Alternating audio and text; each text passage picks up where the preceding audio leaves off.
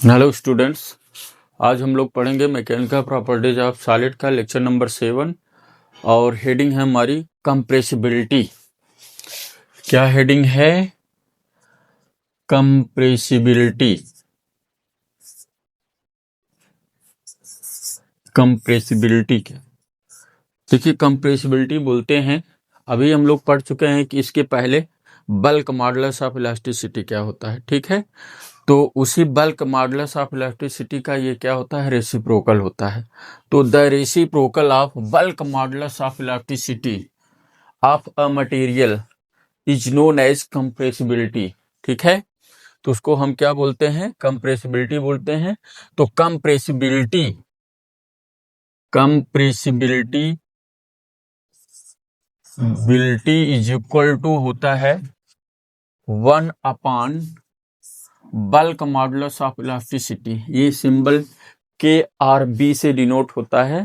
तो इसको हमने क्या लिखा, compressibility is equal to 1/K, यानी ये आपका क्या, कंप्रेसिबिलिटी 1/K, ये बल्क मॉडुलस ऑफ इलास्टिसिटी के रेसिप्रोकल में होता है।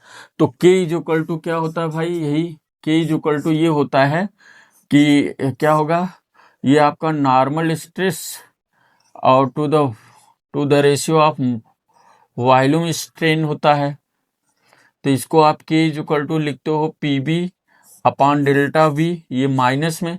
लेकिन जब इसका अपोजिट हो जाएगा, देखिए 1/1 इसका बाई 1 है, इसको अगर आप पलट दोगे तो 1/K किसके इक्वल हो जाएगा भाई, तो 1/K यही पलट के लिखेंगे तो 1/K की वैल्यू हमारी क्या आ जाएगी, ये हो जाएगा डेल्टा V, ये भी अपोजिट हो जाएगा minus delta V upon P into V हो जाएगा। ये हो जाएगा आपका कंप्रेसिबिलिटी का फार्मूला। ठीक है, तो कंप्रेसिबिलिटी यानी 1/K होता है, और ये क्या हो जाएगा, K क्या है, बल्क मॉडुलस ऑफ इलास्टिसिटी है। ठीक है, इसको हम बोलेंगे बल्क मॉडुलस ऑफ इलास्टिसिटी है।